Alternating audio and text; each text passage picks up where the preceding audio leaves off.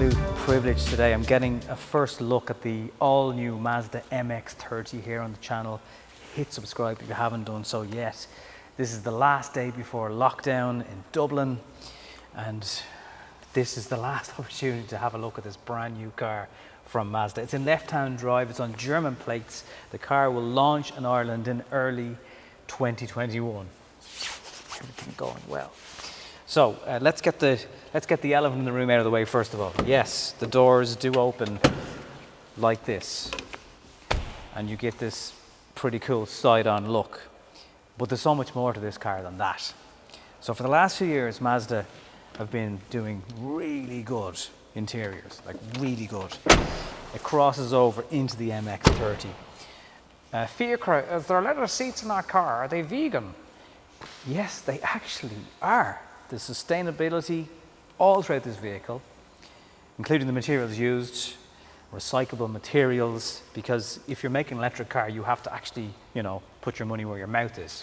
30,500 euro, that's the starting price of the car. It goes up to just over 35,000 euro. There's about 5 different trim levels. If you get a first edition MX-30, you're going to get a whole heap of stuff as standard for a cheaper price. The range of the MX-30, about 200 kilometers combined. In city centre environments where a car like this is going to spend a huge amount of its time, you might see up to 260. Now look, they're Mazda figures. You have to just take a couple of kilometers off them, generally speaking, but you're going to be in and around that. It's WLTP range. Around the back, and it's an example of how using a vehicle built from the ground up as an EV gives you opportunities to put batteries where you actually want to put them and give yourself a really usable boot. The boot in this car is comparable to any sort of hatchback that you're going to be talking about. Under here, there's a bit of gunk for a tyre. There's your sub if you've got a Bose sound system in it. The higher grade cars will obviously have that as standard. You've got a light here. There's a couple of tethering hooks. There is no shopping hook, so to speak. But then the rear seats give you lots of options too. Big question is, will the parcel shelf go in to the boot? Yes, it will. That's a good thing to have. Obviously you can leave that at home, but some days you're not home. And when you put these seats flat, that's what you're getting. It's kind of like a van actually when you do that. It's good size.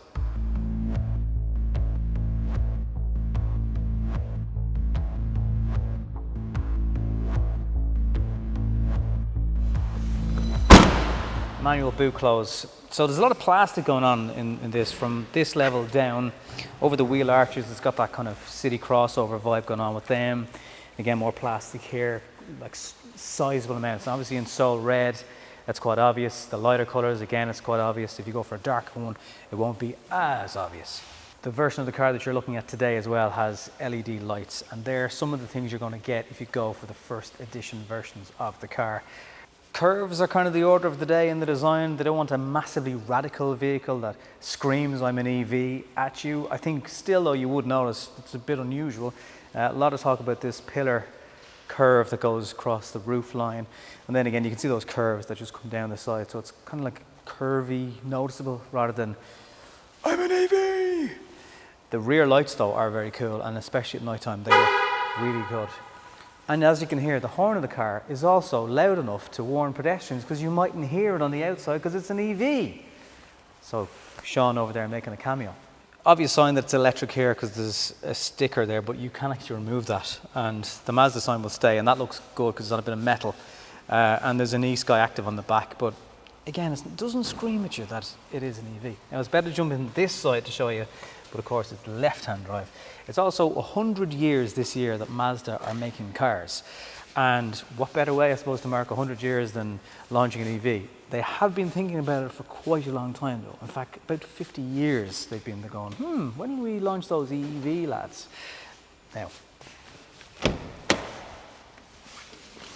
bits of vegan leather on the edges of these seats then. That's, if you catch your knee at the wrong angle there, you might struggle to get in.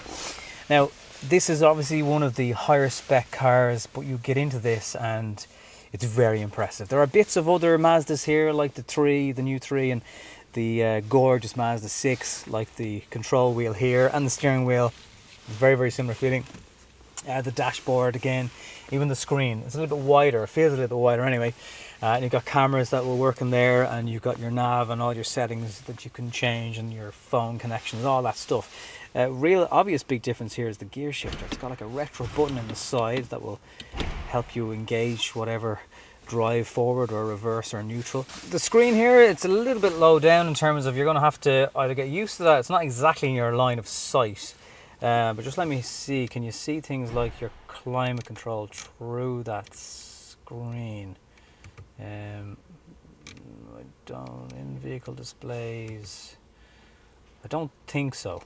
The idea of the car though is designed that everything is within arm's reach of the driver, and just about, well, probably not that air vent over there, but everything else is within reach, and you can touch everything and you feel kind of encased in the car. That's the plan anyway.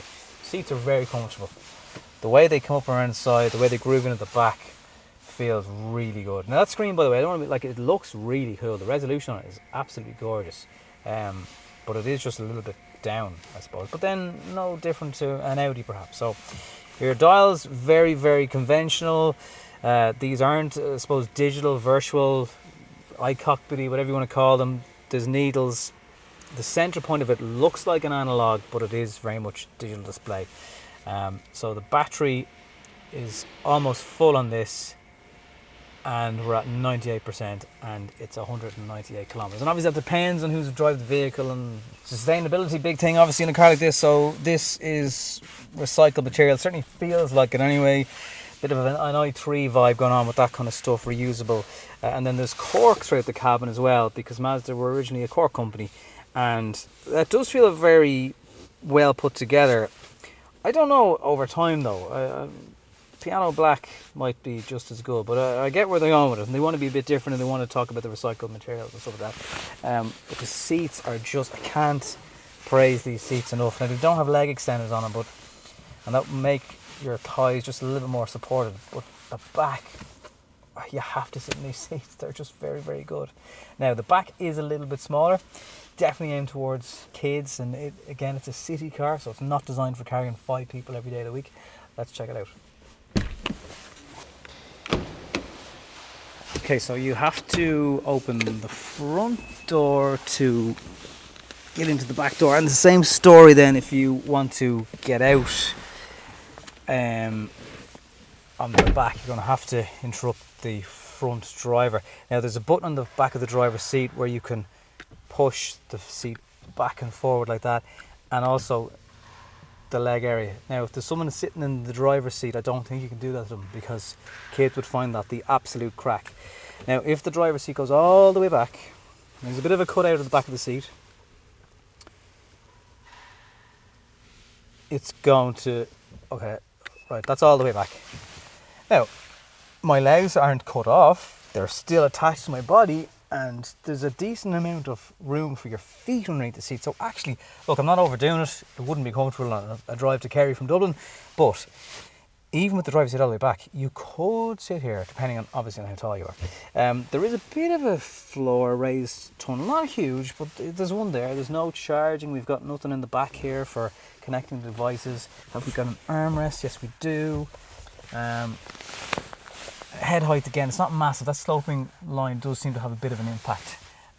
It's snug, right? The whole car is kind of snug and cozy in a nice way up the front. It's just a bit more snug in the back. It's the best way I can describe it. But if you don't need that driver's seat the whole way back, then the rear leg room is actually very, very good. Yeah, it's okay. So that is the back. We're just about ready to go for a spin.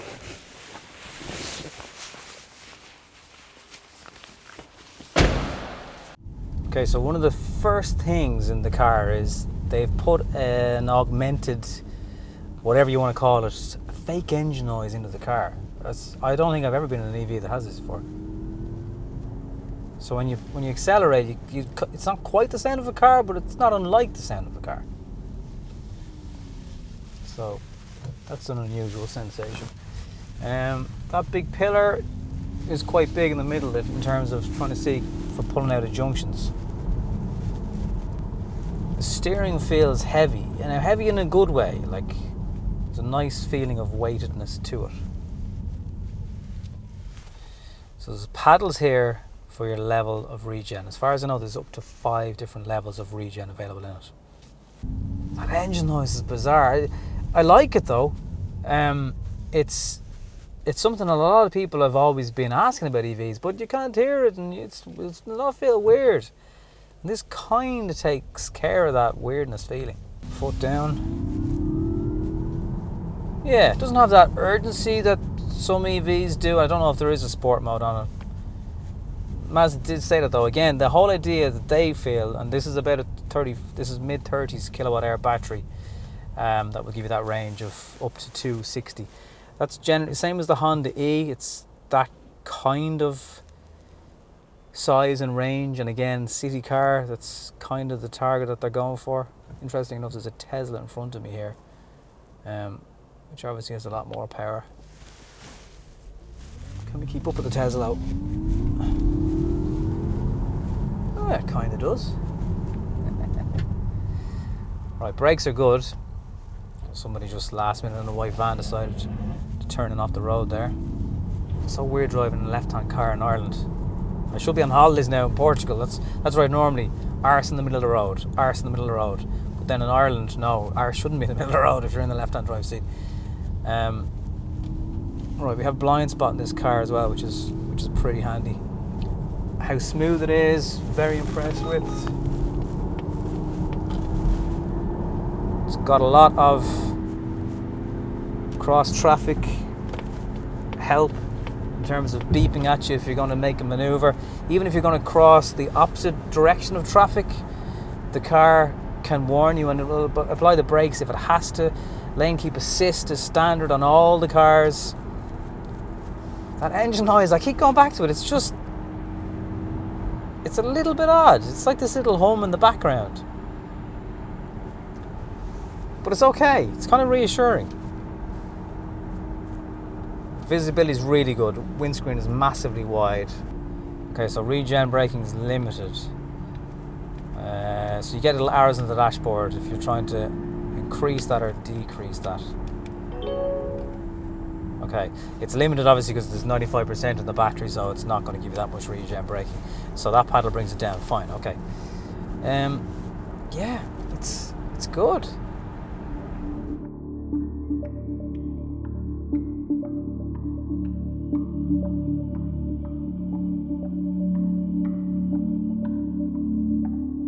So fast charging, you're talking 20 to 80% in about 36 or so minutes. Handling wise, oh yeah, that's good. That is good, Mazda. The car's always handled very well, but you just, with the weight of an EV, you just wouldn't be sure. But front wheel drive, obviously, of course, single engine to that front drivetrain. Do you know what? It probably could be a one pedal car actually. The safety, cross traffic monitoring, blind spot, all that stuff, it works exceptionally well. Not going to quite say Stevie Wonder could drive this car, but there's a lot of gadgets that would keep you safe. And then when you go over the speed limit, you get a red line as the needle progresses. That's also good. It's clever. Bigger alloys, it's firm enough over bumps and stuff like that. Bit of torquing up a hill. Yeah, like the power is, for what most people are going to need, it's absolutely spot on. It's perfect. Okay, so there you have it. Thank you for sticking with me for this video. This has been really interesting, very cool. Thank you, Mazda, for letting me have a really early go with this car. MX-30 on sale early 2021 in Ireland. Again, the starting price and all that stuff I'll put here on the screen for you. And again, the city EV options just get bigger, and that is good for everybody. And this is a cool city EV. It's a bit funky, it's a bit different, looks good, interior is brilliant. And yeah, the range is what it is, but it's a city car, and there's less pollution when you're making a smaller battery. There's lots of positives apart from just the range is just one way of looking at it. Thank you very much for watching. If you haven't subscribed yet to the channel, please do. My goal is to get to 10,000 subs very, very soon, and if you could help with that, I would really appreciate it. See you soon.